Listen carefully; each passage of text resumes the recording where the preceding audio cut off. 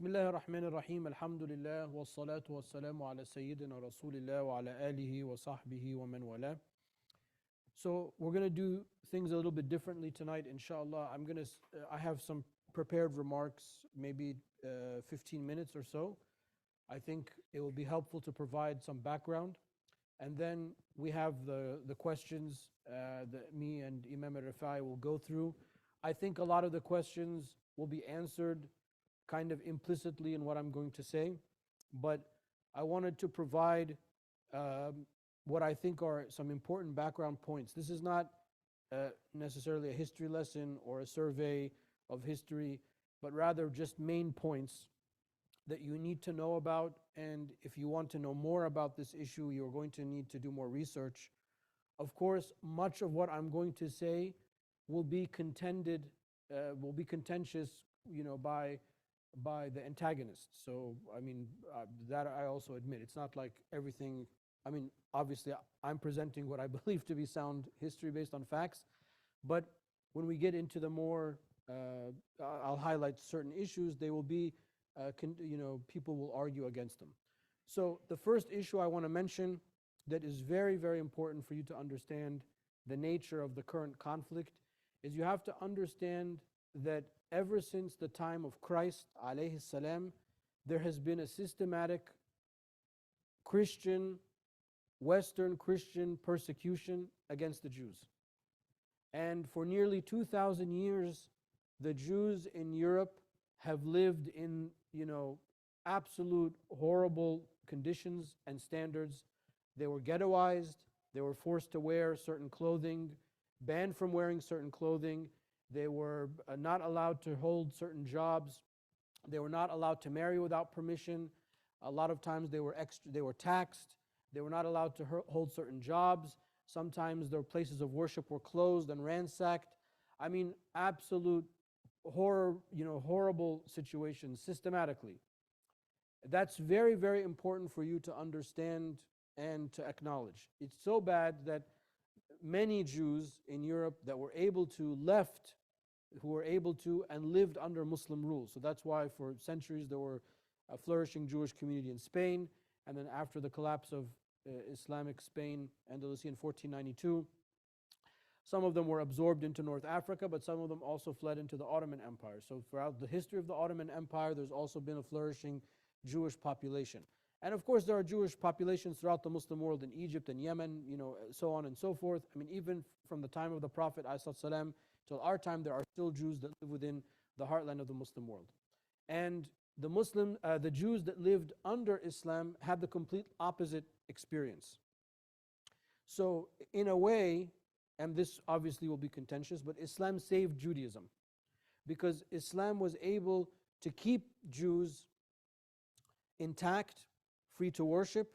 They also were able to save the Hebrew language, and Hebrew grammar came from the influence of the Arabic grammarians. There was a point in time when Jewish intellectual leaders amongst the Jews in Spain would write in Hebrew but using Arabic letters. So not only did Islam save Judaism, but more specifically the Arabic language carried the Hebrew language through this great persecution that was happening to the Jews.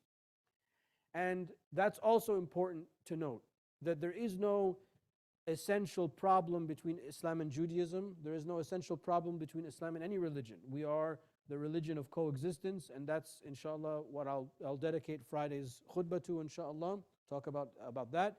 And we have no problem because our system of coexistence puts the burden on those communities. Okay, you adjudicate your cases and your lives, and you run your lives with your religious law. You do it yourself. Save us the trouble. You do it yourself. So it puts the burden on them. So they have to write, articulate, form legal councils, build their places of worship, so on and so forth. Whereas in Europe, in the name of Christianity, I mean, even some of the early crusades that went out on the way to the Holy Land, they would persecute Jewish populations in Europe. So and they also persecuted other Christians that they didn't like, but that's another story. But I want you to understand this. This is the first thing I want you to understand. The second thing I want you to understand is that because of this persecution, And because of the changing tides in Europe in the middle and the end of the 18th century, there was what we refer to as the Age of Enlightenment, a different type of thinking. And that different type of thinking also impacted the Jews of the time. So in the middle of the 18th century, between let's say 1750 to 1800, just to make it simple, there was a strong movement of Jews in Europe to start thinking about assimilating. Whereas before, they were ghettoized, and as before, they looked different, they dressed differently, completely. They were a completely other. I mean, if you went and you saw those cities, they obviously are different. They're not like the rest of people. But now they started to think, well, let's assimilate. Let's become German Jews. Let's become Dutch Jews, so on and so forth. And one of the main things that happened during this time was a great, sort of Jewish Enlightenment thinker, Moses Mendelssohn, who died in 1786, who translated the Torah into German. So this was also in line with the way of thinking of the Enlightenment type of thinking that happened in Europe at this time period. All of this becomes the seeds for what becomes the Reform Jewish movement. And this is the second major thing you need to understand to make sense of what's happening today. The Reform Jewish movement started to offer a different type of interpretation of the Torah, of the Talmud. It was not as literal as what we refer to academically as Rabbinic Judaism. Today maybe we call them Orthodox, but at the time, the way I was taught it was just Rabbinic Judaism. So the Reform movement started to say, well, everything doesn't have to be exactly the way that's listed in the text. A lot of the text can be allegorical, a lot of the text can be suggestive. It doesn't have to be so strict. And they actually formalized this in the Reform Judaism or Reform Jewish Constitution in a conference that took place, of all places, in Pittsburgh in 1885. So throughout the 1800s, this emergence of the Reform movement offered a different type of interpretation to the religion. And then you'll come to see very quickly why this is important. I know that people that talk about what's happening in Gaza now are not going to mention this kind of background, but this is the way I think. I'm always looking at what are the first principles, what's the usul, what's the heart of this issue. Because if we understand the heart of the issue, inshallah, we'll be able to talk about the rest of the things. As I said when I addressed this a couple of Fridays ago, most people that are talking about this, that advocate for the Palestinian cause, our cause, we're all together, alhamdulillah, they don't necessarily know these things, and therefore I think they end up saying things that they shouldn't say and articulating things that they shouldn't articulate. Okay, so Abraham Geiger, I don't know how to pronounce his name exactly, he died in 1874. He was one of the major rabbis to form this Reform movement. So it is because of the persecution of the Jews in Europe. Notice how the Jews in what end up becoming what we call Ashkenazi Jews, and then there are the Sephardic or the Mizrahi Jews, which are the Jews that come from Spain or grow up in Arab lands. So the Jews of Europe, they are the ones that start thinking about this new way of thinking.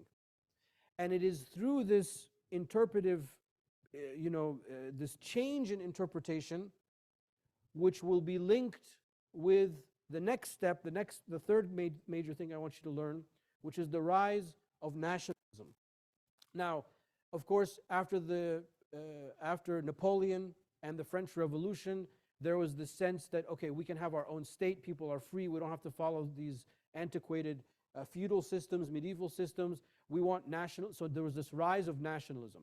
That happened in Europe, and then also the Jews in Russia, who also were equally persecuted, and pogroms and all of these horrible things. I mean, this is true, these were horrible things that, that's what happens when people are inhumane and don't know how to coexist.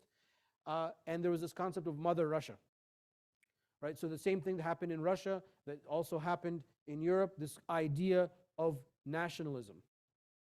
This idea that we can be our own, we can have our own state.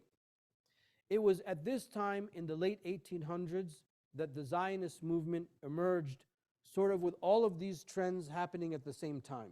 So I'm giving you this introduction to say this, which is that when Theodor Herzl, who was a Viennese secular Jew, he died he was born 1860 to 1904.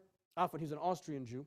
He was an Austrian Jew, a Jew by birth, but he wasn't like, he was a journalist. He wasn't practicing or anything like that. He sort of put all of these things together. Well, we've been persecuted in Europe. We've been trying to assimilate, and the assimilation is not really happening because, up until that time, the Christian majority aspect of Europe did not really welcome these people, did not want these people. And by the way, I forgot to mention, because they were persecuted and they were not allowed to have many jobs, this is what forced the Jews historically into money lending and other type of financial services, what we call now financial services, because the Christians were like, oh, in our language, they say, oh, this is haram stuff, you guys do it. Oh, and they did it, and then they became wealthy. So not only were they persecuted, but then they were being envied because they were the ones lending money to, and some of the lending houses became very wealthy and very influential, like the Rothschilds house that had different financial houses in different European countries. And it made the persecution even worse, even though they were like taking money from them, but then persecuting them at the same time. So somebody like Theodor Herzl, he's like, well, why don't we as Jews have our own homeland? And this was the beginning of the Zionist movement. Okay, we've been persecuted, we're not assimilating, and you know what? Because of the reform movement, by this time it's been 60, 70, 80 years of thought process. We don't have to be so strict as Judaism is not about following the law. It's not about following the Torah to the letter. It's not about following the Talmud. It's not about following the way that we don't have to keep kosher. You don't have to have a kosher kitchen, and you can't work on the Sabbath. It's more about identity. And that's why that bid'ah of the reform movement is very significant for you to understand what ends up happening with the Zionist movement, which is it allowed them to move away from what we would look at as a proper orthodox interpretation of their texts, to start to argue we need to come together because now nationalism is the rave, and we have to have our own Jewish homeland, our own place to live. Now, the reason I mention this is that the traditional interpretation from Orthodox Judaism or Rabbinic Judaism is that Jews are forbidden from coming together to have their own homeland because they sinned and this is a punishment, and then when the Messiah comes, he'll bring everyone together and then they can go.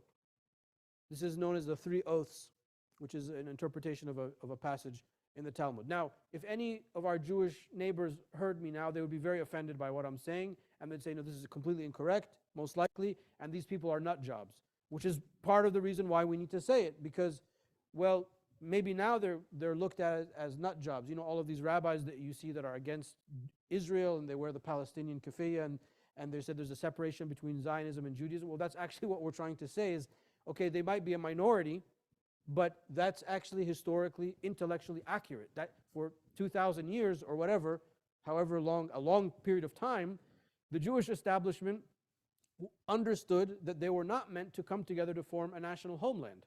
And then all of a sudden, with this nationalistic Zionist movement, they redid the argument, and that is linked together with this idea that, well, we don't have to be so strict in how we interpret things. So obviously, that one of these, 1 and 2 led to 3. So Theodor Herzl started this movement and started to garner attention amongst European Jews that were just like him, completely secularized, fed up with this assimilation nonsense, seeing the rave of all of these persecuted Jews in Russia, and they're just persecuted, ghettoized everywhere. Let's just have our own place. So he hosted, I think it was called the World Zionist Conference in Basel, Switzerland. I think they had 2 of them, and the argument was that we're going to select a country. So it was either Argentina, Uganda, or Palestine. I don't know why. I'm not really interested in knowing why. But before Herzl died in 1904, it was Uganda. Actually, when I went to Uganda, they call Uganda the Pearl of Africa. Well, that's what the Ugandans say. I don't know if that's what everyone says, but the Ugandans say that Uganda is the Pearl of Africa. It's a beautiful country, mashallah. And obviously, Palestine was there for the sort of sentimental reason that, Jerusalem and whatnot. Obviously, there's a reason, but it wasn't the focus. The focus was we want our own place. Now, with the rise of Zionism, there are a couple of things that happened in the early 1900s that you also need to know about. There was this very unfortunate situation in France called the Dreyfus Affair, where there was this French captain or something or other in the army who was Jewish, Dreyfus, and he was being attacked. His loyalty to the state was being attacked. And it was this, I mean, now you look back, it's a simple thing, but it was super scandalous. It was super scandalous in France. It was super scandalous all over. And actually, Marcel Proust, who you know I love, the novelist, who is Jewish himself, the French novelist, half of his book, the 7-novel book, is talking about, he uses the Dreyfus Affair as a backdrop. And it became sort of a litmus test at that time. Either you are a progressive person or not a progressive person. So if you're progressive, you accept the Jews as French, Catholic French Jew, who cares, you're French. And then the less progressive people that have that hidden racism that we see now all displayed, mashallah, in full color, that they're against Dreyfus and questioning his loyalty, because how can you be loyal to the French state when you're Jewish? You know, so, which is funny because that's exactly against the French concept of democracy that Napoleon was supposed to have brought and liberated the world with. So I don't know how that happened, but it happened. So that was a huge scandal, and it was inescapable if you were in Europe at that time, the 20s and 30s.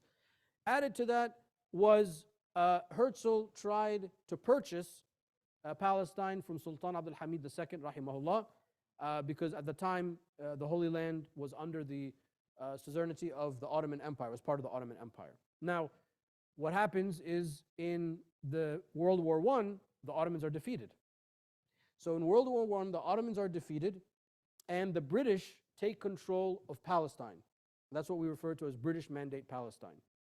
So from 1916, 17, let's say, until 1947, 48, the founding of the State of Israel, the British are in control of Palestine. Now, Herzl has since died. He died in 1904. The people after him, Chaim Weizmann and others that took over the Zionist movement, they're starting to lobby the British. And this is when the famous Balfour Declaration was issued. The Balfour Declaration sounds so grand, but it's a piece of paper that has one sentence on it. But it is called the Balfour Declaration, that was issued on November the 2nd, 1917, that Lord Balfour said that His Majesty's government looks favorably on the establishing of a Jewish homeland in Palestine.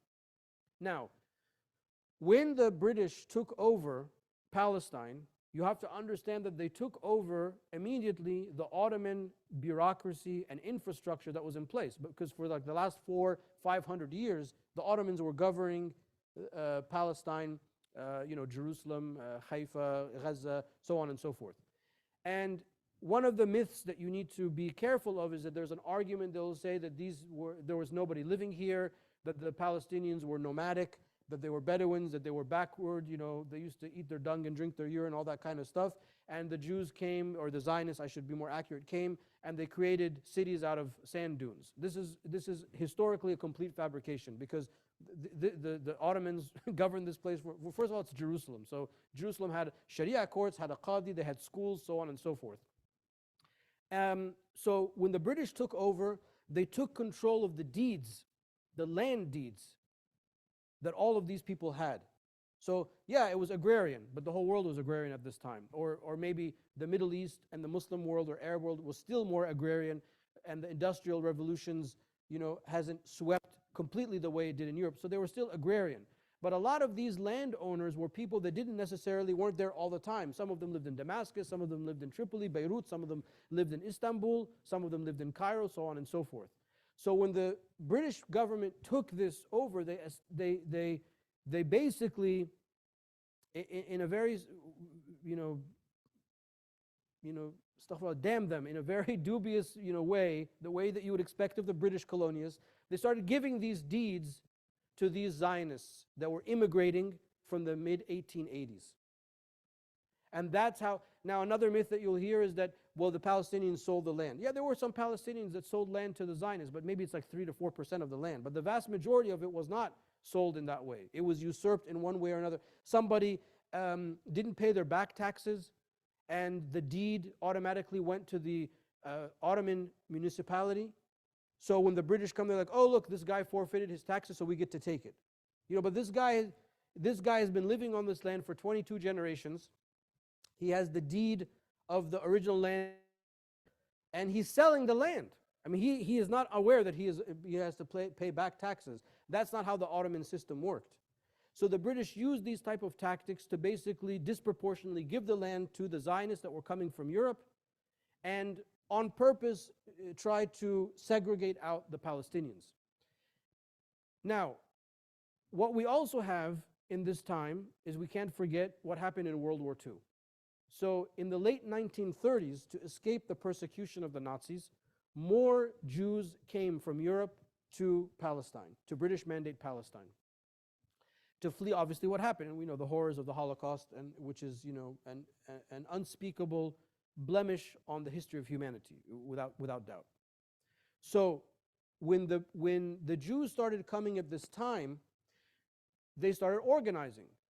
They organized paramilitary organizations. They had terrorist organizations like the Irgun and the Stern Group, of which Menachem Begin, one of the former prime ministers, was the head of them. And they not only used violence to force the Palestinians off the land, but they also used violence to attack other Jews living in other countries to force them to immigrate to Palestine. Because traditionally, up until this time, the Jews that lived in Muslim lands, I mean, my mom grew up with Jews in Egypt, and so did my father. It was a normal thing. They interacted, and but they didn't want that. They wanted all these people to come so they could supplant. Now remember that this is the Zionist movement, the idea that we have to have our own homeland, that we have to do this by force, so on and so forth. British Mandate ended on May 15th, 1948, and like microseconds later, they announced the establishment of the State of Israel, and I think 5 seconds after that, the United States recognizes Israel.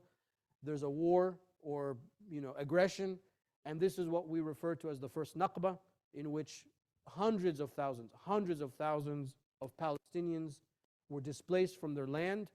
Many of them went to Gaza. That's how a lot of these people, that's why there are these families in Gaza till today. May Allah Ta'ala alleviate that suffering, inshallah. So now we have the formation of Israel. Now, the last major historical thing I want to mention to you before we talk about the possibility of peace is where we are now and the 1967 borders. Now, based on what I presented, you would conclude, well, Israel has no right to this land, neither historically, neither religiously, neither from land transactions, so on and so forth. Of course, an argument like that can be made, and the more extreme approaches to the problem are making that argument.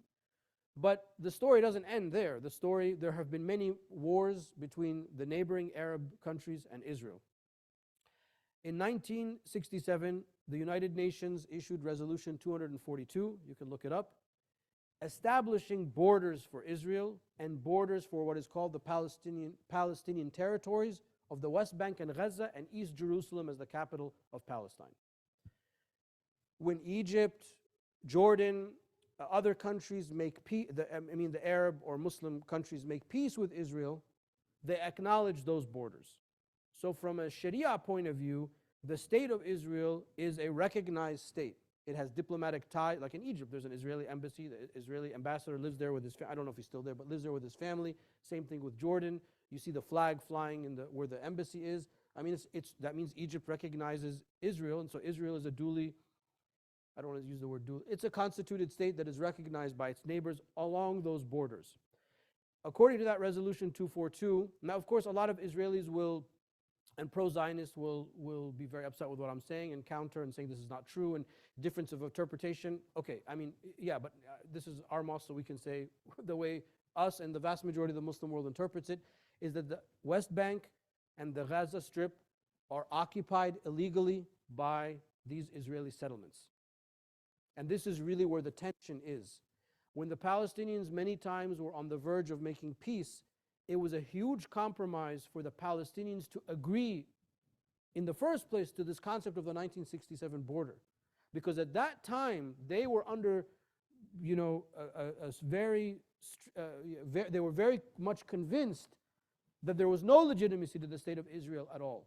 So the fact that they got to the point that they're acknowledging that there's a state of Israel, that it has these borders, but then these lands on this side of the border are ours, that's a huge, huge historic compromise from the Palestinian side. So part of this UN resolution, and this is, the official policy of the United States, whatever that means anymore, and this is what international law stands for, whatever that means anymore, is that these are the borders. So therefore, the West Bank, the Gaza Strip, are supposed to be the sovereign state of Palestine, and that land, unfortunately, has been settled illegally by these settlers. Every single year since then till now, to the point where there is no contiguity of the West Bank. There's no contiguous state. And this is what Ariel Sharon talking about, changing the facts on the ground and things like that. This is a systemic, spreading of the state of Israel illegally. And this is where a lot of the tension comes from. Now, the last thing I want to say before we get to your questions is peace possible? Of course, peace is possible. Inna Allah ala kulli shay'in qadir. Allah is able to do all things. But peace can only be possible with certain key things, like there needs to be an independent Palestinian state along the 1967 borders with East Jerusalem as its capital. But Israel calls Jerusalem its eternal and undivided capital.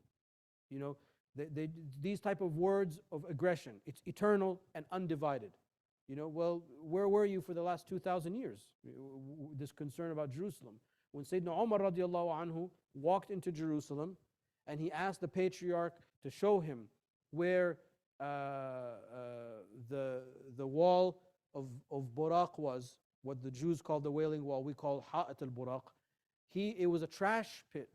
It was a dump. The Romans were using it as a dump. Sayyidina Umar got off of his donkey and took off his cloak and started sweeping it by himself. Radiallahu anhu. So where is this concern of this eternal undivided capital? So the first issue of peace is that there has to be a Palestinian state. I mean, obviously, the two-state solution, or one state where everyone has equal rights, but obviously they don't want to because they insist that Israel is a Jewish state. Not that Judaism is the religion of the state, the way that Muslim countries name it. No, it's a Jewish state, as if the state itself has a religion, or the state itself has a gender, or the state itself has feelings, which is, really illogical, because the state is a construct. The state can have an official language, an official religion, etc. But they insist that it's a Jewish state. There could be one nation that can all be equal citizens, but obviously because the Palestinians, mashallah, they have kids fast, and then there's the issue of the Palestinians in the diaspora that will want to come back. It could tilt statistically the problem. So two-state solution, a dismantling of the illegal settlements. I mean, obviously, if you're going to have a state, then you need to be able to walk and drive in it and work in it. And probably the most important thing is that they need to deal with this issue of Zionism. Because this idea that one race is better than another, that one people is superior than another, that God promised me this land 6 gazillion years ago and I'm going to kill that's just not sustainable, because that's not the way of the world. It's a colonial nationalistic construct that many Jews, I know they are looked on by the Israeli and Zionist establishment as crazy, but those Jews who are practicing Jews, they are saying that this is an aberrancy, that this has nothing to do with the Jewish faith.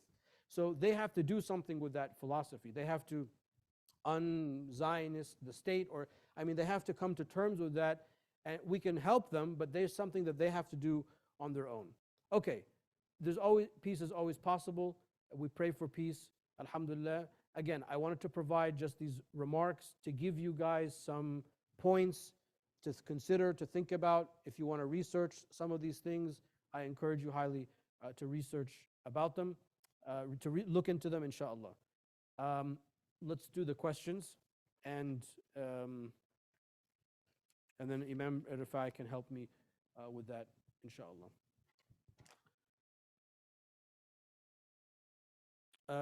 Okay, there's significance of Jerusalem, Palestine, etc.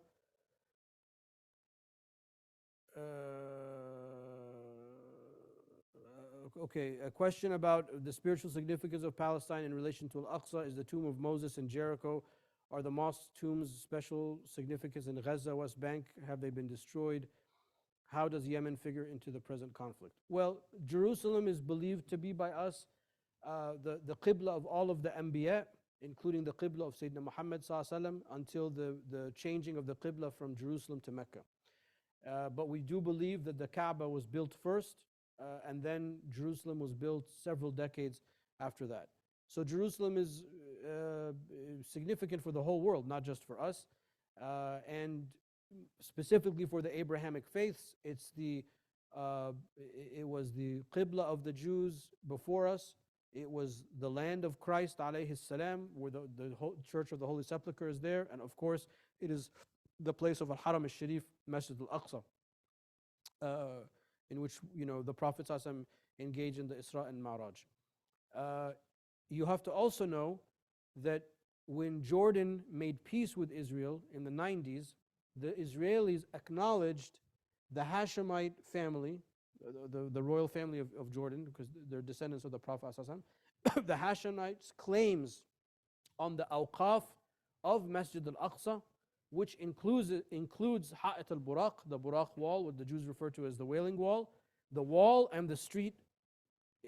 All of that belongs to the waqf that is maintained by the Hashemite family, plus the Christian sites in East Jerusalem. And I don't know if many Jews in this area know that, but this is what they acknowledge, that this is, it's under the custodianship of the Hashemite family. As far as the tombs of the Anbiya, there are many tombs: Abraham, Sarah, Musa.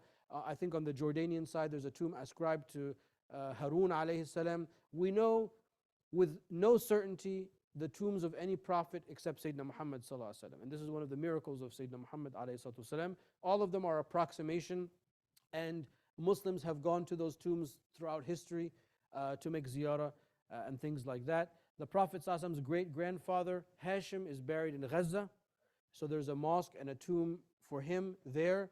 And in our own history, Imam Shafi'i was born in Gaza and grew up in Gaza, and then came to Mecca he didn't grow up there, he came to Mecca as an infant.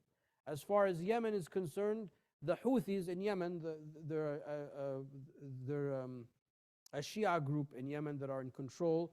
They have declared war on Israel, and they're agitating in defense of Palestine. That's a political thing. Did you want to add anything to that question? Okay, death relating to war. What does the Quran say about the shaheeds, and how does this relate to the present war? What du'as were asked during specific wars, disasters, calamity as the Quran? In what situations can the congregation pray janazah be offered by us in ICCP? Ditto for the qunut in congregational prayers. There's a difference between the shaheed, what we call the textbook shaheed, and the person who dies the death of the shaheed.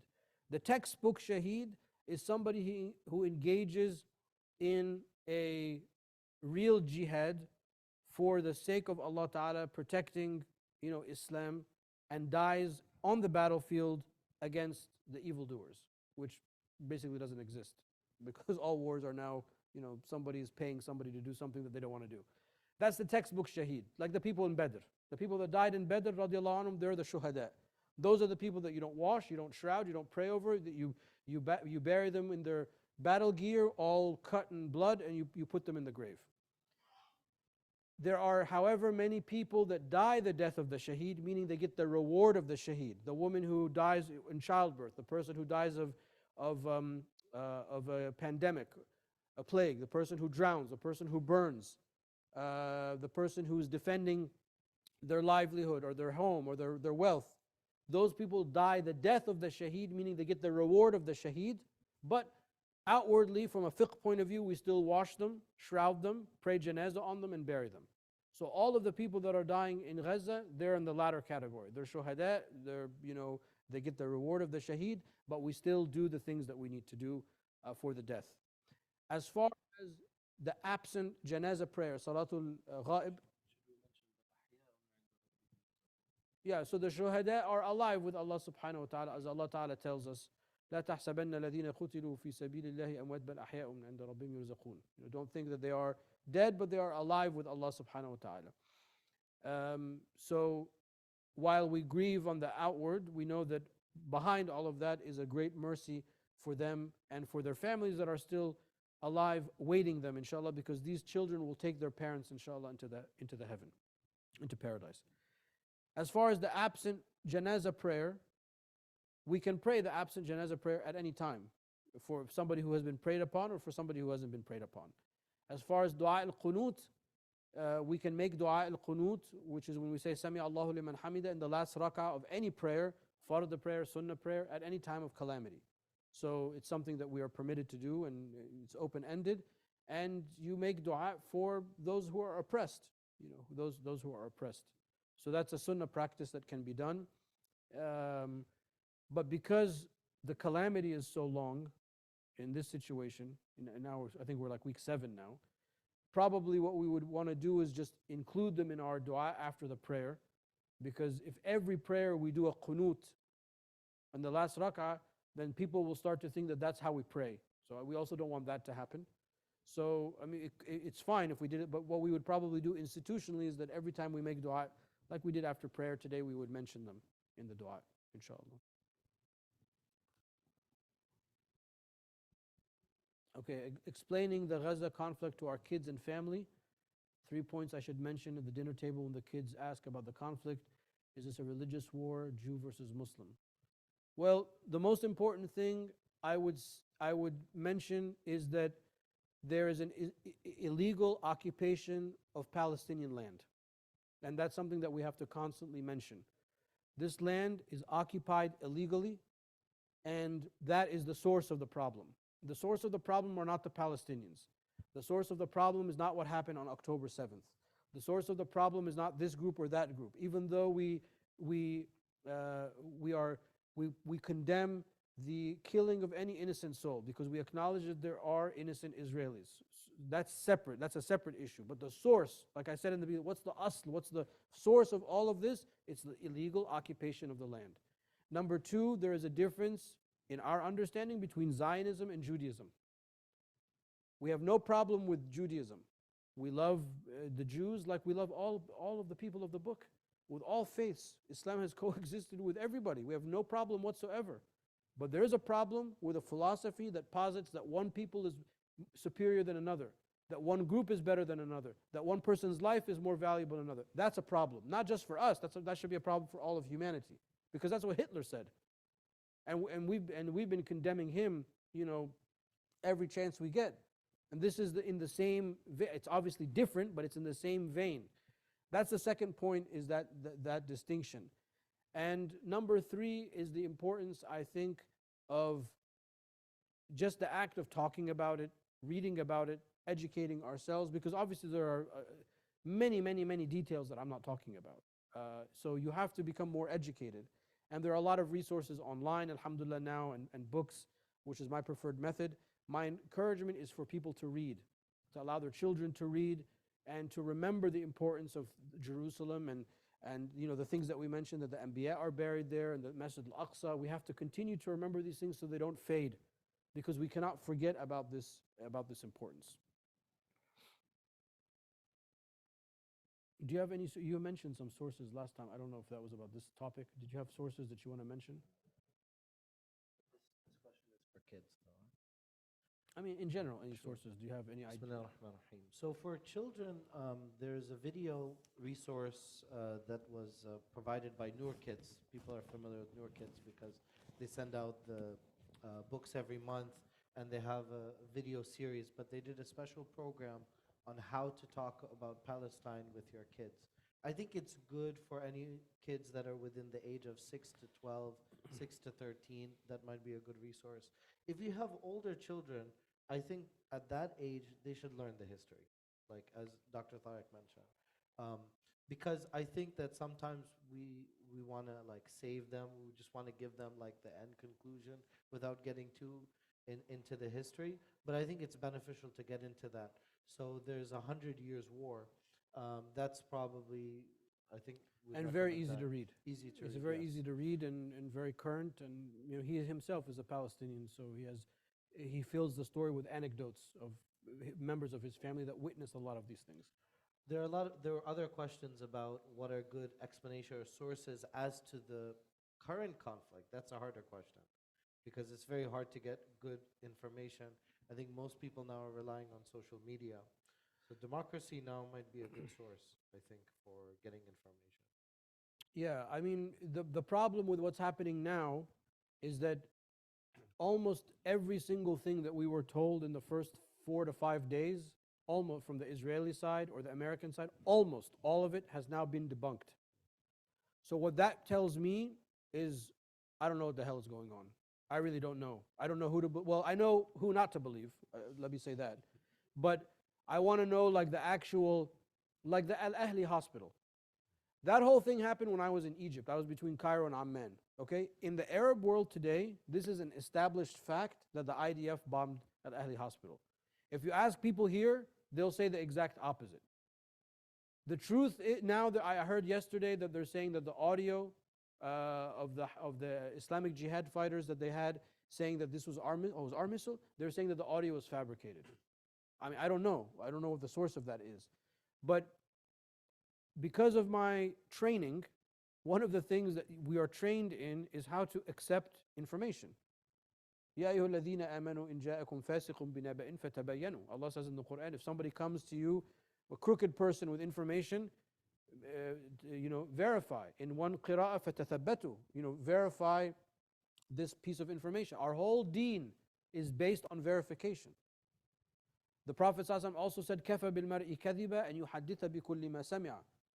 It's enough to be called a liar that you repeat everything that you hear. So when it comes to this issue, I'm just giving you an example. If you ask anybody, I think the Turkish TV, they did like an expose on this, the Al-Ahli hospital. Everyone in the Arab world, it's a haqiqah, it's a fact that this was an IDF. In my book, I'm like, I don't care about that hospital because look at all the other hospitals that are being bombed since then. Look at all the other schools that have been bombed. So when it comes to this current issue, current conflict, you have to be very careful. Like everyone else, I'm primarily using Twitter.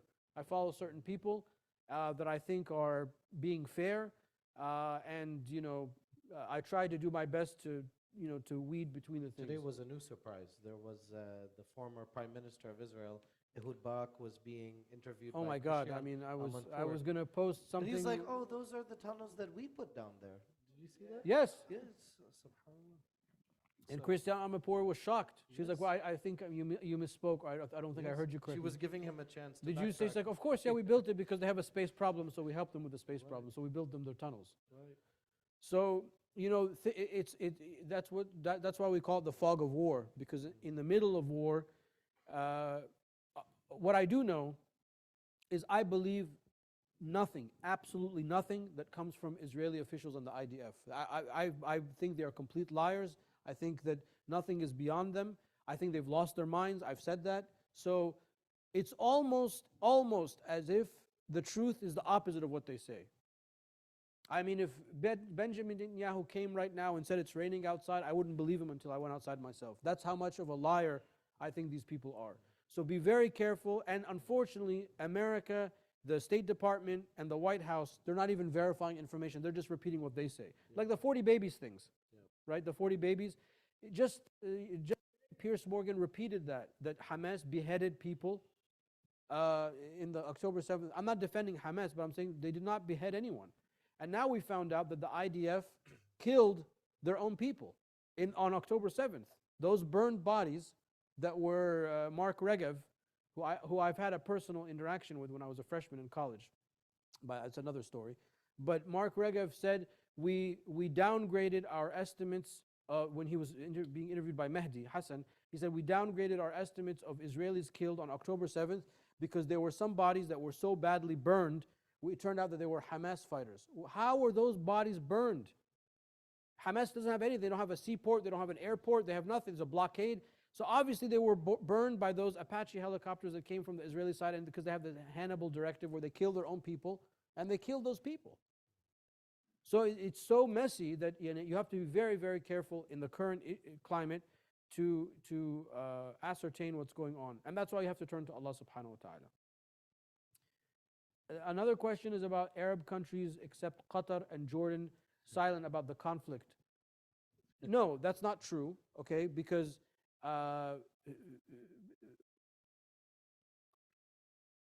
there are certain things that certain countries can do, and then there are certain things that they can't do.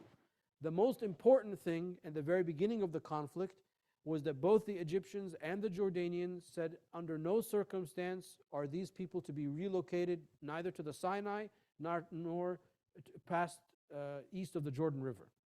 The Jordanian foreign minister said that any relocation of Palestinians from the West Bank to Jordan will be considered a declaration of an act of war. And President Sisi immediately moved divisions of the Egyptian armed forces into the Sinai to bolster this idea. He forced the Rafah border opened as much as possible because there's also the Israeli side controlled, and they have a chokehold on the humanitarian aid going on. But he said, you know, they've said many times, we will die by the millions to defend one grain of sand of Sinai. I mean, he was very clear. So that's important because that's what the Israelis want. That's their first option. Since the 1960s or whatever, 70s, they have been trying to move these people into the Sinai so that they can just occupy Gaza, and then it becomes Egypt's problem. They live in tent cities or whatever, and it's just, we forget about them. And that's why we use the word genocide, because that's what a genocidal thinking does, to displace people based on their ethnic background. And the same thing with Jordan. So, but at the same time, Egypt and Jordan, October 8th or 9th, I think America moved 2 aircraft carriers in the Mediterranean right off the coast of Israel. I mean, fighting Israel is also going to be a declaration of war against America. So there's just certain things that the countries can't do.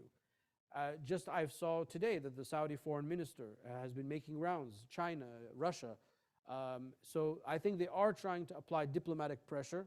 Unfortunately, the diplomatic pressure is not working the way we want, primarily because America, not even America, our commander-in-chief, who is completely senile, he has lost it. He has lost credibility, he's lost it. I think he's lost his mind, is just allowing them his own administration. Blinken is telling him in the press conference to shut up because he's saying things that he's not supposed to say. This one man in that downtown, he's the one that's allowing them to do that. And that's really where the issue is. So don't be the Muslims suck and the Muslim leaders suck, and it's not that simple. It's not that simple. Everyone is happy about Erdogan because he had the rally and he spoke tough words. But at the end of the day, the governments are still stuck in this situation where there's only so much that they can do, but they are trying to apply diplomatic pressure. I'm not defending them. I'm just saying, politics is real and you have to understand that there are real considerations.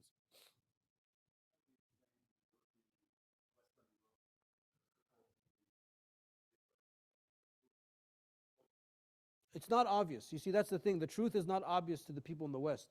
The average American, the average Western European, they really believe that Hamas is like ISIS. It's like what happened in 9/11. They believe that. I mean, if our Jewish neighbors heard, if I went to their congregation, I spoke like this, they would be crying. They would be thinking that I'm advocating their death. It's so ingrained in them because of this history of persecution. They are told that.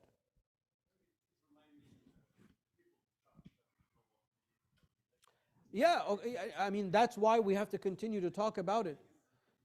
We have to continue to talk about it, but we have to talk about it like this, with facts, and to be calm. We can't get excited. We can't lose our temper, because that's not who we are. We are the people of Sayyidina Muhammad ﷺ at the end of the day. So, but they really believe this. Many people really believe that Hamas is like ISIS. They raped women, they killed babies, they beheaded the babies. They're still saying that, even though all of that's been debunked, they're still repeating that. Ayo, but you're asking why are they supportive? Well, that's why.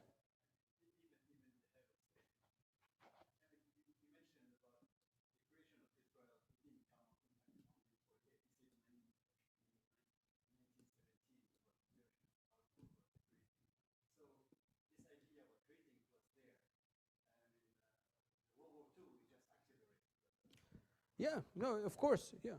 But you don't. It's very important when you're dealing in a situation like this, you have to understand how the other person thinks, how the other person feels. You have to be empathetic to that. I understand that these people, wait till Friday, inshallah. What is the best way to support those who are afflicted in the conflict? Well, we need to we need to talk about it, educate ourselves. We need to make dua for them, and I don't know, what are we doing on the aid stuff? Have we identified an organization that we can give to that's so- helping? So we started a campaign to collect donations to support those affected in Gaza, and there are two organizations that we're supporting, that all of you are supporting, UNICEF as well as Doctors Without Borders. Doctors Without Borders, even prior to October, was operating hospitals in Gaza. And so they have staff and they have people, and so this takes care of medical supplies Okay. in Gaza. But I would add one more.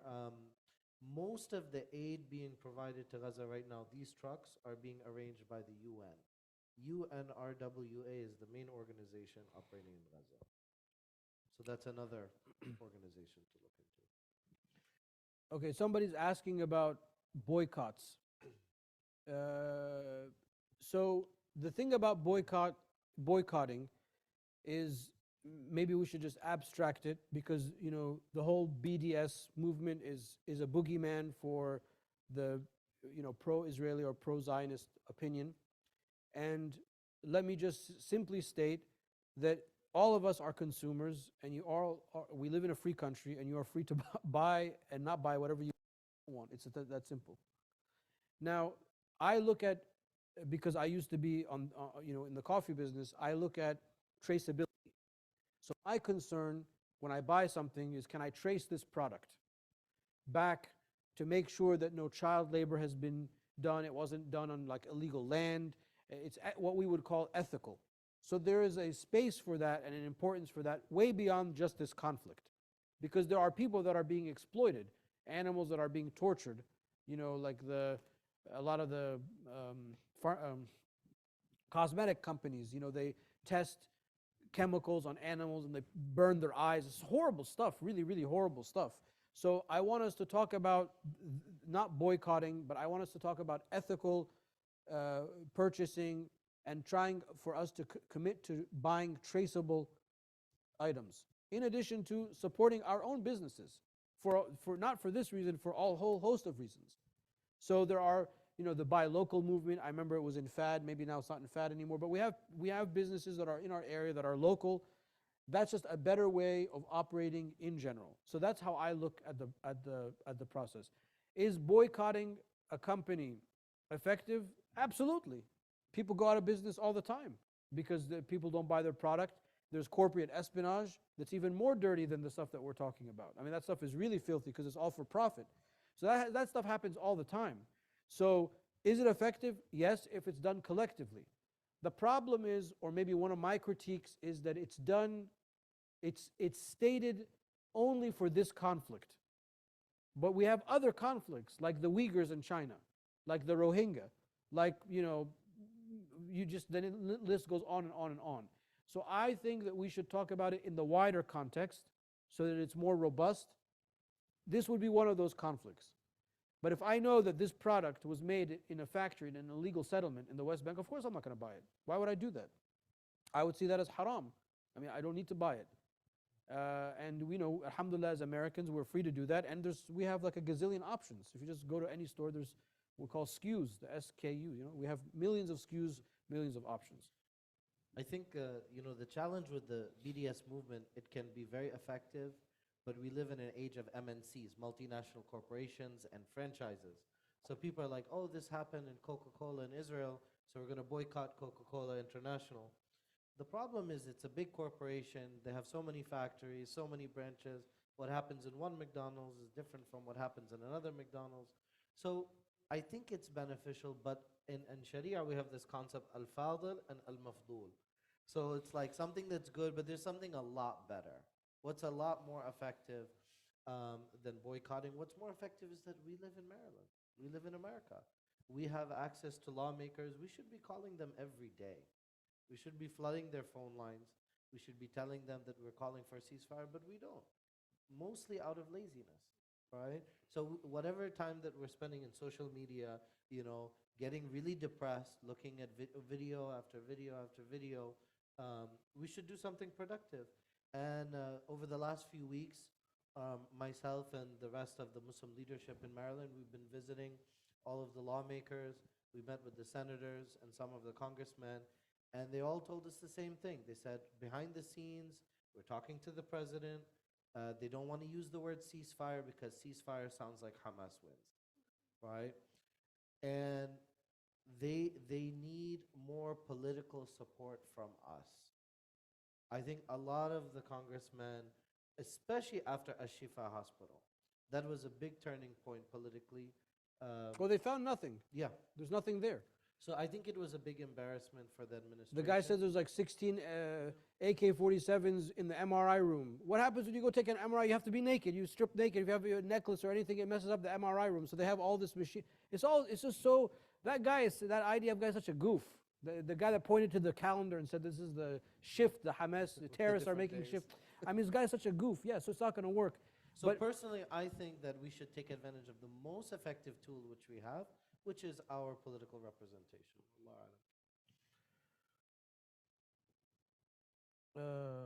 How do you assess the impact of international stance taken by Muslim countries? I mean, I mentioned that. I think that immediately everyone was saying the same thing. The humanitarian cost, collective punishment, everyone, all of the heads of state that I know of condemned Hamas, condemned the killing of the innocents. I thought His Majesty King Abdullah in the Arab Summit in Cairo spoke very well when he said, we have received the message loud and clear, our lives don't matter as much as yours. And this was in the very beginning, before any of the original quote-unquote facts were debunked. And I thought Queen Ranya's two public appearances, I think with Christiana Amanpour, were also, she was very well spoken because she herself is Palestinian. And I think they've all said the same thing, but I think there is no agreement on how we can stop the problem. And that's a larger political problem that's beyond my skill set. So I don't know, I don't have access to intelligence. Those people have access to intelligence. I speak to people who have access to intelligence, but their access is also limited.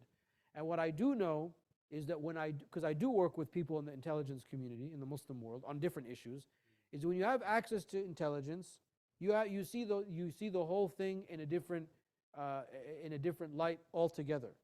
I was given a brief in a Latin American country, I don't want to name it, about a certain Islamic group, I don't want to name it, and it's something that happened in the past, but they were giving it to me and I was trying to critique their response or trying to explain it to them, and I was absolutely shocked about what they told me. And I'm like, okay, yeah, I don't have, and that's just one little micro incident. So you have to understand that these people, countries and states, they have intelligence, they have interests, they have economies, and all of these are part of the calculation. So if you do not have access to those type of intelligence briefings, you are not going to have access to the whole deck of what they're dealing with. I'm not saying that this excuses them, and we can always use this as an excuse. I'm just saying that it's not always one for one, is what I'm trying to say. And I don't think it's healthy for us to critique those Muslim countries. I think what we need to be doing what Imam Rifai is doing and take care of our own backyard. I think you're being very generous to the Islamic countries. I don't have any confidence in them doing anything. So we live in America, we live in a democracy, and we have a power to do something. Why are we looking to them? We should look at what we do. We should look at ourselves first.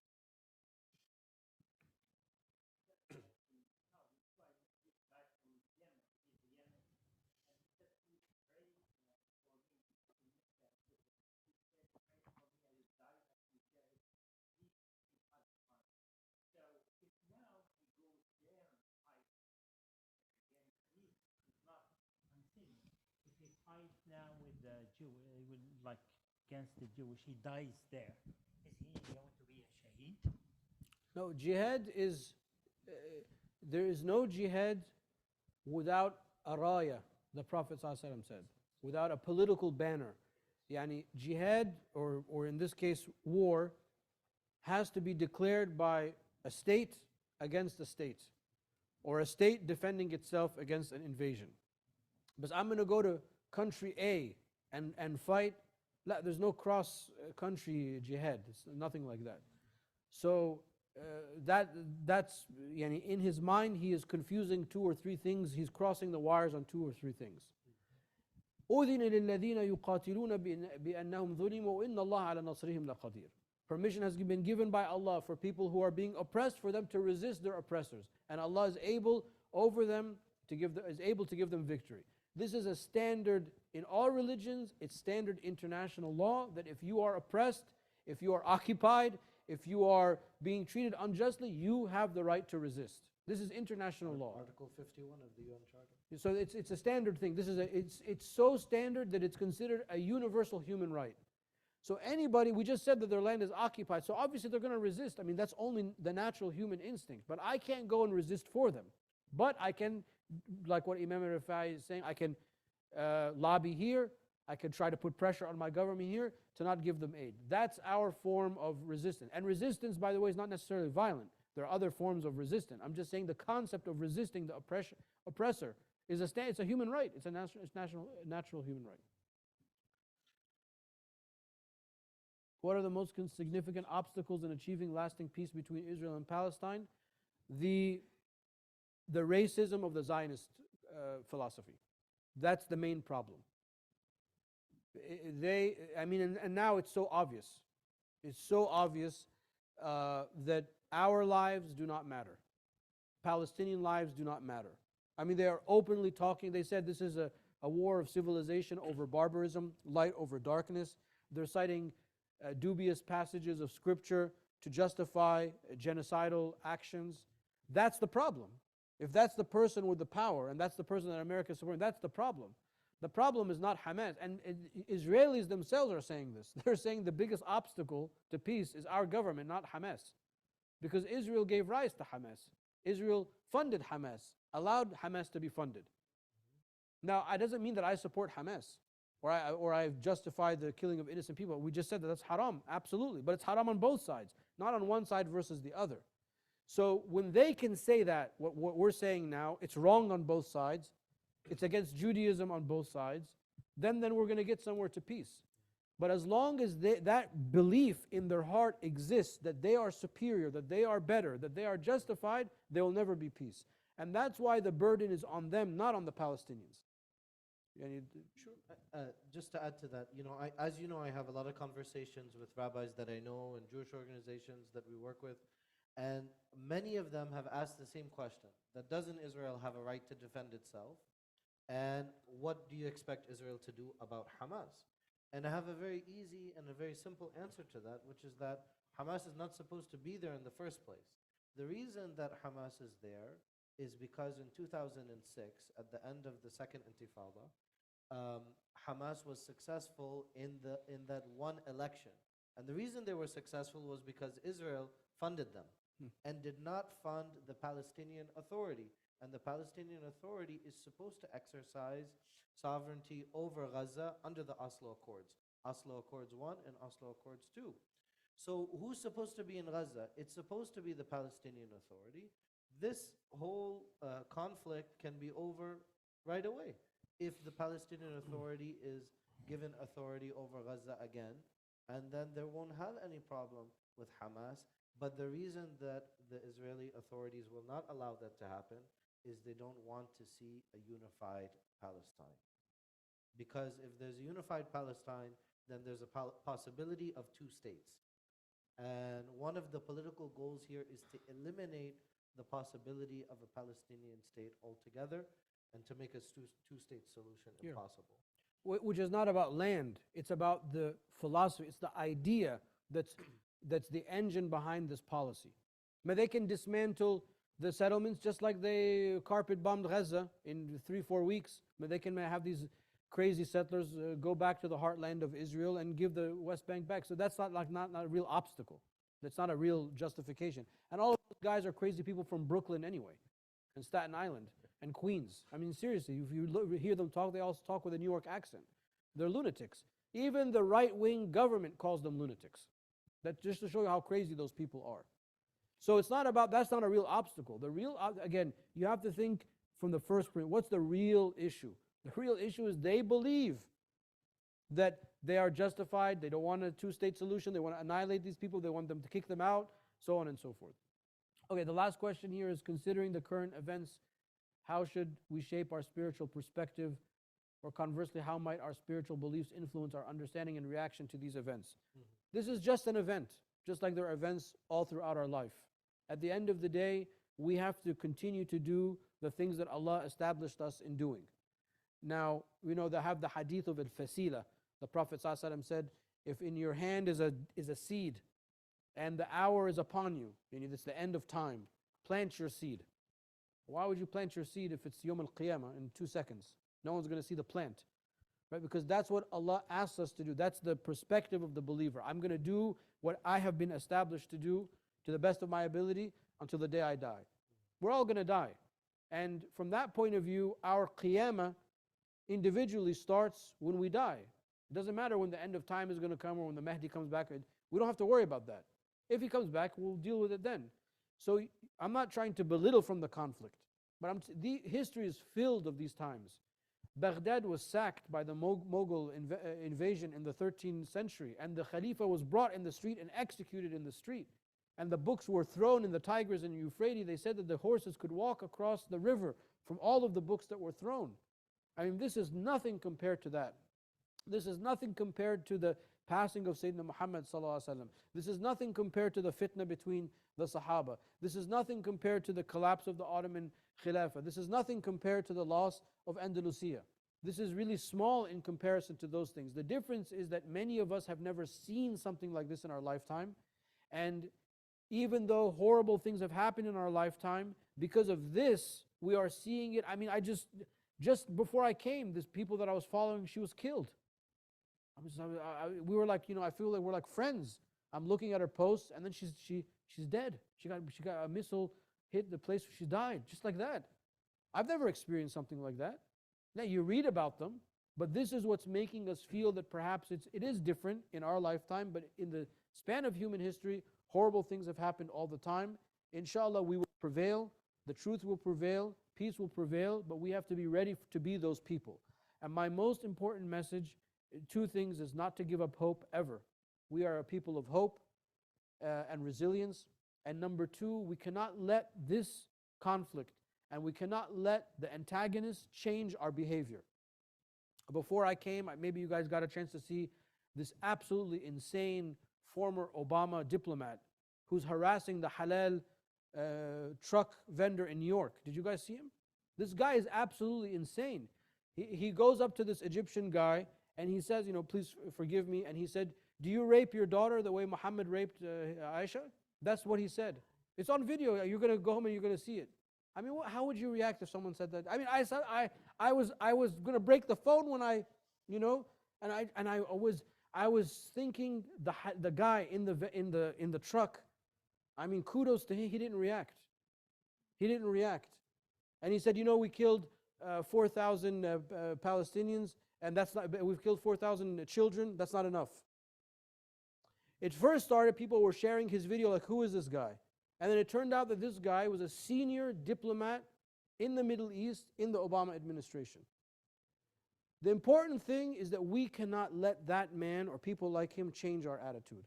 We are going to be the people of peace, love, harmony, coexistence, no matter what those people do. We are not going to let, they are so vile, they are so racist, they have so much hatred inside them. We need to help them come back to their humanity. That's the attitude that we should have. Don't give up hope, and don't let these people change your attitude, change who you are, and inshallah we will find that calm and we will prevail. That's what I would say. One of the most powerful things is seeing how calamity affects the believer. When you see the people in Gaza and you see their videos and they find out that their brother passed away, that their children have been martyred, and they say, Alhamdulillah. And so for us, like, our faith is shaken, but it's amazing to see how their faith is not shaken. And in the ayah that Dr. Tarek mentioned, the next ayah is فَرِحِينَ بِمَا آتَاهُمُ اللَّهُ, that they are joyous, they are at peace, they're happy and satisfied with what Allah has given. And not only that, وَيَسْتَبْشِرُونَ, so they give glad tidings to others. Those after them, Yes. their relatives after them. بِمَا لَمْ يَلْحَقُوا بِهِمْ, Yeah. to those that are going to join them later on, right? So that is a good tiding. So the Muslim mindset is different, right? So sometimes we're like, oh, the ummah is weak, oh, the countries are weak, oh, the people are losing, people have died. The thing is, that's not the math that we use, right? When we look at the conflict and we see somebody that's martyred, we think that, subhanallah, perhaps Allah subhanahu wa ta'ala wanted to fill Jannah with the children of Gaza. That's how we look at it. And when we see a tyrant getting away with something, we say that فَلَا تَحْسَبَنَّ اللَّهَ غَافِلًا عَمَّا يَعْمَلُ الظَّالِمُونَ, that Allah subhanahu wa ta'ala, perhaps He will take care of them in this world, and if He doesn't, then it's not like, oh, well, they'll get their punishment later. No, it's because the hellfire is a lot more severe of a punishment for them. So it could be that Allah wants punishment for them, so He facilitates for them opportunity. I'm not saying I know that, but perhaps Allah is facilitating that situation in order for them to be deserving of such punishment. The last thing I'll mention is that between the 4th and the 5th crusade, does anybody know how many years that Bayt al-Maqdis was occupied by the Crusaders? Do you know? Almost 100. 88 years. 88. The numbers are a little bit, it depends which area and which city. But Jerusalem, I'm talking, that's why it will be 100 years if you include the surrounding areas. But Jerusalem was occupied for 88 years. Gaza has been, Gaza is less than that, but Palestine has been occupied for 75 years. So we have to put this in historical context, that the situation is this way, but Allah subhanahu wa ta'ala is always in control of all reality. Ala kulli shay'in qadir, and He can change everything. وَتِلْكَ الْأَيَّامُ نُدَاوِلُهَا بَيْنَ النَّاسِ. So everything transpires exactly the way that Allah subhanahu wa ta'ala. So my brother just sent me the video because he just found out about the guy. Deputy Director in the U.S. State Department's Office of Israel and Palestine Affairs from 1999 to 2003. Anyway, I want to end with a story, a personal story. When I was a freshman in college, I entered college in the fall of 1997. So after Christmas break 1998, it was the 50th anniversary of the founding of Israel. And I came back from break, and the entire campus was one big Israeli flag. Okay, so coming from the background that I came from, I feel like I'm gonna, I got to do something. And I met Mark Regev, who one of these guys who you just want to, punch when you hear him speak on the TV. And I challenged him, and he publicly humiliated me in a way I've never been humiliated in my entire life. And I realized, walking back defeated to my dorm room, I realized I have no idea what I'm talking about. And this guy, that's all he knows. All he knows is this issue. He doesn't know anything else, but all he knows is this. He eats, breathes, drinks this issue. So, maybe for like the rest of the semester in the summer, I read a lot about this issue, but I also realized something else, that there's really no utility in debating people like him, because obviously he's not going to change, and I'm not going to know more about the details than he is. So I dedicated myself. That was one of the crucial moments for me, that I really need to learn, not just about this issue, but my religion, and I need to be equipped. And number two, you have to be very strategic in who you talk to and who you interact with. So I also want to caution us and our community, people that are watching, that we need to also think about that. I don't want to debate a Zionist. There's no point in that. But I want to teach the community, and I want us to be resilient, and I want your kids to know the truth and the history. That's what matters. We're not here to combat with people, to argue with people, or anything like that. We know what's right, we know what's wrong. Almost every single thing that we've talked about tonight, we can give you the reference for it. These things have been historically documented. Many of these have been documented by Israeli historians themselves, not even Arab historians. So there's no secrets to what we're saying. But you need to fortify yourself with the details of the situation, and you need to learn not to engage when it's not tactically smart or strategically smart. You have to be very careful in how you engage on this issue. And from that time, this is the first time, and look how long it's been, from 1998 till now, almost 30 years, this is the first time I have publicly spoken. Maybe I spoke once at a rally downtown. The first time that I publicly speak about this issue. Because now I'm in a different position, and you're looking to me and Imam Rafai to guide the community. But also what's happening now is just ridiculous. I mean, we have to speak out. So, and we will speak out. But notice, for almost 30 years, I have not spoken about it. because you need to grow strong to be ready to give back when the time is right. So I just want you to think about that. It's a story I'll never forget, that feeling of being publicly humiliated. And it was an important lesson. And for that, I thank you, Mark Regev, for humiliating me publicly. Are there any last minute questions? Now.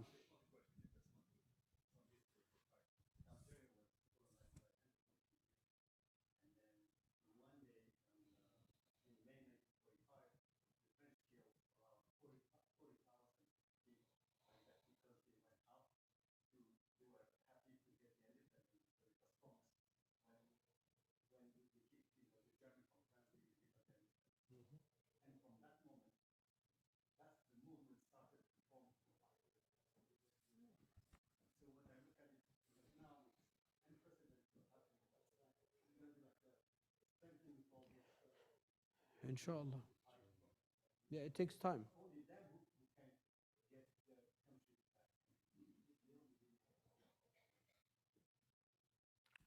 Naam. I just wanted to share some, I know somebody asked about sources. Naam, please. So I think Al Jazeera is actually in Gaza, so they have actual Al Jazeera English? English. Al Jazeera. Okay, they're in Gaza. Yeah. Still reporting? They were, I mean, we haven't been kicked out yet. And they stream Okay. online.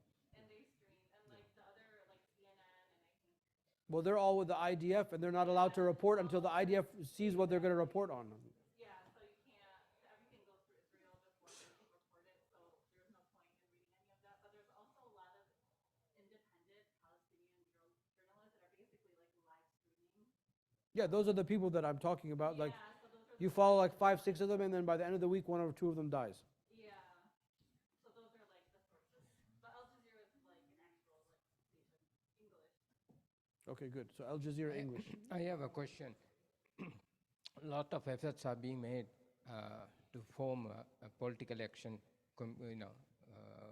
committee or the pacts. So our zakat money and sadaqah money, can we contribute towards that effort? Would it qualify? It depends how the pack is formed. You know, if it's a bunch of uncles that want to take all of our money so that they can put their friend, sorry, I need to be blunt, their white friend into office so that they can do them favors, no, that's not zakat. But if it's a pack that is dealing with serious issues that are affecting us and our children and this, you know, Islamophobia that's happening, yeah, this would be zakatable. So it depends, because I've been with all of those meetings, you know, for the last 10 years. I mean, MRFI is newer, so maybe, but I'm telling you, a lot of that stuff is very, very misguided. You know my position on this. A lot of that is misguided. And there are people in our community, and I tell them that to their face. But if it's structured correctly, then it could be zakatable. We have a few questions online. You have a question? Assalamu alaikum. Alaikum salam. Thank you very much for all this information. Would you please make me understand 2 things? One is the Star of the David. Second is, I've been seeing these many videos and many lectures happening in Israel itself, especially they have involved the young youth. Their youth makes a zikr, like a zikr thing with a Torah and says, then cries, this is have been allowed by David to have this land, and this is our land. We are superior to others, and God has told us. So in that sense, I remember God telling us that لَقَدْ نَجَيْنَا بَنِي إِسْرَائِيلَ مِنْ عَذَابِ الْمُهِينِ وَفِرْعَوْنَ إِنَّهُ كَانَ مِنَ الْمُسْرِفِينَ وَلَقَدْ اخْتَرْنَاهُمْ عَلَى عِلْمٍ عَلَى الْعَالَمِينَ. And we have certainly chosen them with the knowledge over all the worlds. And is that, then how can I respond to a person who quotes me this thing, that we are superior? Because they are now telling we are superior. They have been telling. Now their youth is telling we are superior to others, and we have been promised this land, and they claim that Star of David. Would you please make me understand? The Star of David in Islamic history has been called the Seal of Solomon, Khatm Sulaiman. And it's used in Islamic art, and people wear it as rings, and there are literature that's been written about it. I think Ibn Rajab al-Hanbali has his treatise on rings. He talks about it. So it's something that is attributed to both Sulaiman and Dawood, who are our Anbiya. So that's where it comes from. So it's not only a Jewish thing, it's a prophetic thing. As far as them saying that this land is promised to us, that's like saying, waylun lil musallin. So I'm not going to go pray. It's the same thing, but that's the hope. That's why I began by talking about the reform movement, because they're reinterpreting their text. Okay, yeah, even the Quran says, udkhulul arda, al-muqaddasa, that's been promised to you. But then they said, لن ندخل فيها أبدا ما داموا فيها اذهب أنت وربك وقاتلا إنها نحن قاعدون. So yeah, okay, it was promised to them, but they reneged on the promise. And that's why the rabbinic and Orthodox community says it's forbidden for us to go because we violated God's commandments, and therefore we are not allowed to go back. That's where the difference inside Judaism is in the interpretation. Let me Please. speak about this. And in this also, in Talmud, Sure, give me a they have taken a different thing, and in the Talmud they have put a very different the map, which includes Eastern Asia, much of the Middle East, and almost whole of the Europe. And they have marked it, and they have printed it and put it aside Talmud. I don't know. So Nobody has reacted so far to it. So as you know, as Muslims we say the Torah, but the Jewish they have the Tanakh. The Tanakh is the Torah and additional books that form the Hebrew Bible. In the very beginning of the Torah, in the very beginning of the Hebrew Bible, you have the book of Genesis. So in the book of Genesis, there's a verse in which Moses is approaching, he's in Jordan, and he's in this valley, I think Mount Nebo, right? And he's looking into the land of Canaan, the land of Palestine, and there's a verse that here is the promised land, right? For you and your seed. So traditionally, in the Talmud, the Jewish scholars and the rabbis, they interpreted this. Some interpreted that this is promised to all of the Jewish people. But actually, that's not the wording of the verse. The wording is that this has been promised to you and your seed. So others, they said it means you personally, right, the prophet, and your seed, meaning the Messiah, the Messiah that's going to come. And this is why for hundreds of years, Christians never believed in this concept of Palestine being promised to the Jews. Why? Because it was superseded by the coming of the Messiah. So who's the Messiah? For Jews, for Christians, it's Isa ibn Maryam. For Muslims, it's also Isa ibn Maryam. It's Jesus, the son of Mary. So it is only promised for when the Messiah comes. Under the Orthodox Jews, which are about 10% of the Jews in America, they are still waiting for the Messiah to come. Actually, they are prohibited in their teaching, in the rabbinic teaching, from entering into Palestine and living and forming a state until the Messiah comes. And that's been the teaching for thousands of years. Yes. That's what I was trying to say, why understanding the history of the Reform movement is so important, because it's critical to understanding how we got to Zionism. So the evangelical belief that Israel belongs to Jews contradicts the Jewish teachings And Christian the Tanakh, and it also contradicts Christian teachings as well. There's also another issue related to this, I didn't want to get into, but there have been many genealogical studies to demonstrate that European Jews, the Ashkenazis, are not related at all to actual Jews. And that's another truth, that this is I'm not saying that they're not Jewish, I'm just saying there's no lineal descent from the original Jews to the people that claim that this was the land that I am a direct descendant of Ismail alayhi salam. My family traces itself back to Al-Abbas, the uncle of the Prophet sallallahu alaihi wasallam, and then from him to Ismail to Ibrahim alayhi salam. I am genetically Abrahamic, much more than what these people can claim. And that's also another thing that people are trying to make an argument for. Yeah, we're here.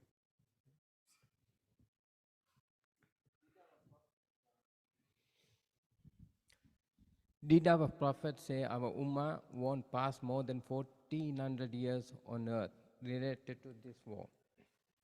No, these are just traditions about my ummah will last a day or half a day, and then the people then try to interpret yani, how long the ummah will last. And you find this in in some of the Sufi literature that will try to predict how long the ummah will last. The problem with that is, and I'm trained in tasawwuf, so I mean, I'm being self-critical, but the problem is that I don't have the problem with that is this. So if this piece of paper represents time, okay, this is me, and then this is the future, okay? So when you stand on time and you read about things like at the end of time, you see them far away. إِنَّهُمْ يَرَوْنَهُ بَعِيدًا وَنَرَهُ قَرِيبًا. Allah says, you see it far away, but we see it close. So the Sufi tends to see it like this, right? I'm here and the Qiyamah is here. But that's a result of, like, it would work better if it was a string, but that's the result of the spiritual practice. Because when you are in that spiritual zone, you see, okay, yeah, I mean, it's going to happen. So you will find in the tasawwuf literature that the ummah will only last X number of years and things like that. The criticism from the ulama of that is that, yani, slow down, yani, you're just experiencing that this is the situation. So I would advocate that. And we'll see what happens. If it ends, it ends. I don't know if we have time for this. Can you talk about the impact of the fall of Ottoman Empire? The impact of the fall of the Ottoman Empire. Yeah. This is a big one. I mean, it ended in this March, inshallah, we will be commemorating 100 years. It ended in March of 1924. Taban, I want to be very careful because we have Turkish people in our community. For when I start talking about Ataturk, I'm not going to say anything good, and then everyone gets mad at me. So the best thing is just to say, Inna lillahi wa inna ilayhi raji'un. Yani, from a historical point of view, I don't like to judge history, this was good or this was bad. It happened. Allah wanted it to happen, and it happened. And therefore, we deal with it. So the way I look at it is there have been many responses to the problem of the end of the Ottoman Khilafah. There have been 4 main responses. Very quickly. One response is oh my God, this is a catastrophe. The reason we lost all of our worldly power is because we've left Islam. We have to go back to the pristine teachings of Islam. This is the fundamentalist, Salafi / Wahhabi response. That's a response, one of the responses to that problem. The second response is the exact opposite.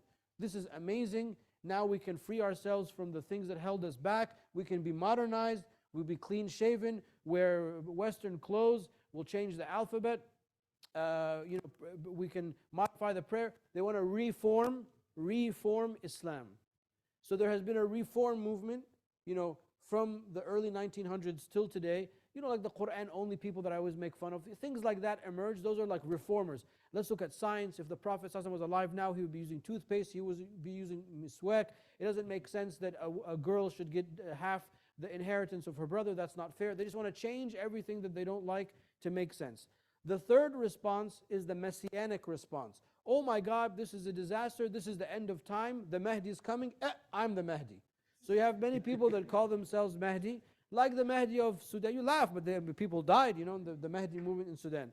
And then there's the fourth response, which is called the Usuli response, which is the response I'm trying to pass on to all of you, which is, okay, you know what happens when it hits the fan, things happen, it's okay, but we have a way of dealing with it, the way that the ummah before us dealt with it. We have to go back to our principles to solve our problem.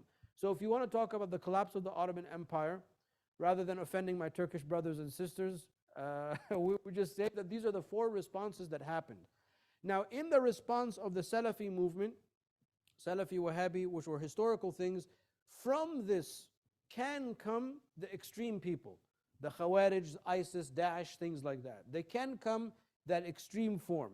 From the reform people, they end up like leaving Islam or saying weird things, or alcohol is halal. All of you at one point in time, I heard that alcohol is halal, or I heard that this is halal. All that weird stuff that happens, it can come from that. And then the messianic thing actually does happen. So one of the most drastic and dramatic of the messianic movements was Juhayman, who occupied the Haram in Mecca in 1979. 1979. He went with his people and he occupied the Haram. Now that started because people were having dreams in Medina, including him, that he was going to be chosen and he was going to be some kind of messianic figure. And by the way, Bin Baz was there. No one likes to talk about that, but he was in that group as well. And that led him to do that. So this messianic movement, it's not just so funny that somebody claims that they're the Mahdi, but people start reading into, I'm chosen to do this, I need to do this, and Allah's talking to me and I need to go do something right now. It's a form of messianism that can be very, very dangerous and oftentimes leads into bloodshed. So the fall of the Ottoman Empire, I think that we should look at it like that. Why did the Ottoman Empire fall? I mean, everything that goes up has come down. MashaAllah, they ruled for like 800 years. But there was debt that happened, and there were wars, and the Ottoman Empire was so widespread, it was impossible at that time to control.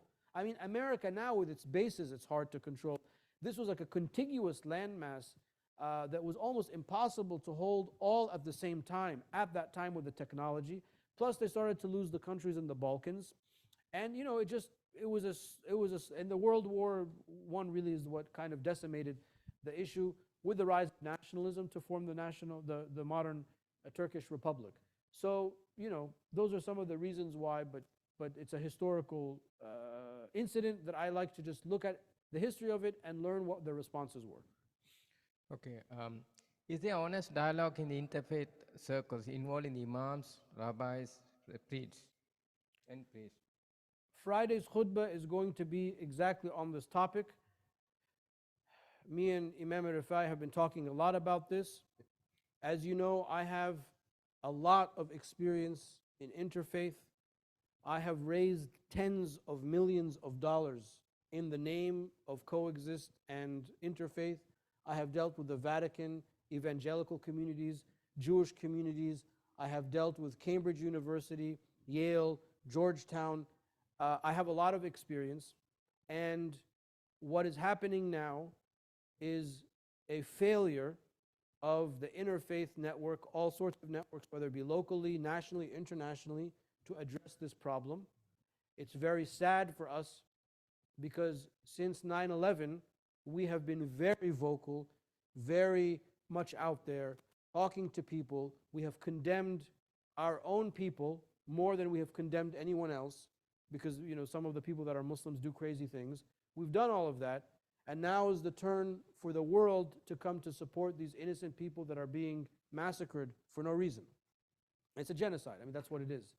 And the fact that the interfaith community, any interfaith community, whether it be very local or very international, can't do that means it's a fundamental failure of those networks. And then therefore, if those communities do not step up for the sake of humanity, they have lost all moral legitimacy. All moral legitimacy. And we will work with whoever's left because our religion teaches us the importance of coexistence. It's a command from Allah Ta'ala, and we will continue to do it, but I have to be honest, it is very sad. It's very sad. But I want Imam Rifai to also share because he's also unfortunately had to deal with it firsthand. It's really, how they say in times of crisis, you find out who your friends are? So I think we're finding out. And the interesting thing is, I think you would be hard pressed to find individuals more diplomatic than Dr. Tarek and myself. We speak in terms of first principles. We speak about human rights and the dignity of life. And we self-censor ourselves many times. There are many times there are certain things we don't talk about because we know it won't go over well with people. That's right, and we're also sensitive to the feelings and the sentiments of other communities and their traumatic histories. We are, but at the same time, we don't waver on recognizing right and wrong. And what's been very disappointing is the fact that some of the other faith communities are either complicit in encouraging genocide or are silent. And they have opportunities to take a moral stand, but they don't want to do so because they don't want to face any scrutiny, or they don't want to be accused of being anti-Semitic. And so because of that, they stand on the sidelines. And I think Tariq and I agree that that's not acceptable in this time. And we're not looking to get into politics. As you know, we're a masjid. We're not involved in making political statements. But when the current events implicate issues of ethics and morality, we can't be silent.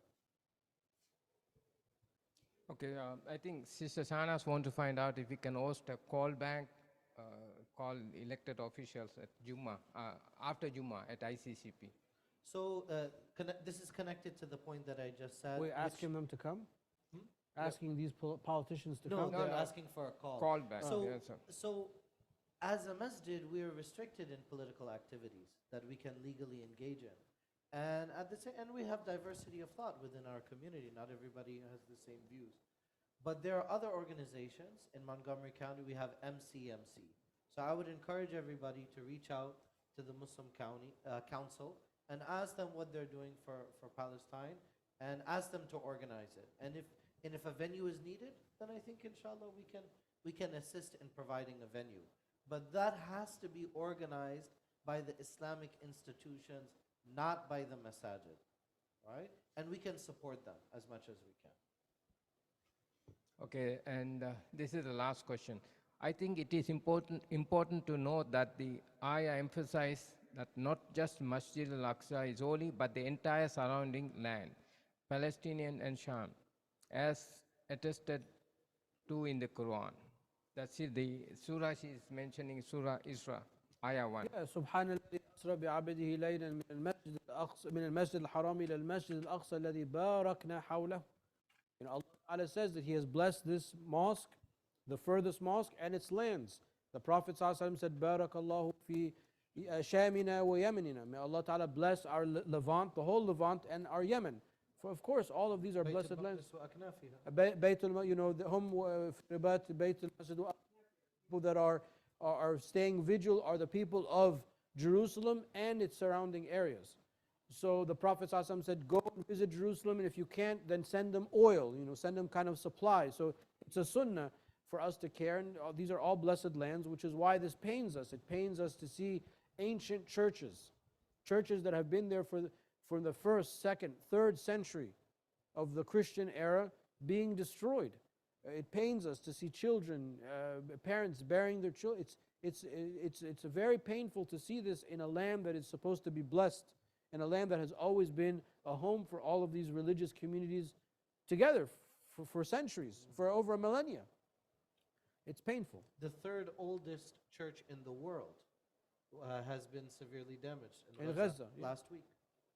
That's a good example when we talk to our Christian colleagues. And that's another thing, by the way, we don't want to forget our Christian brothers and sisters, our Palestinian Christian brothers and sisters.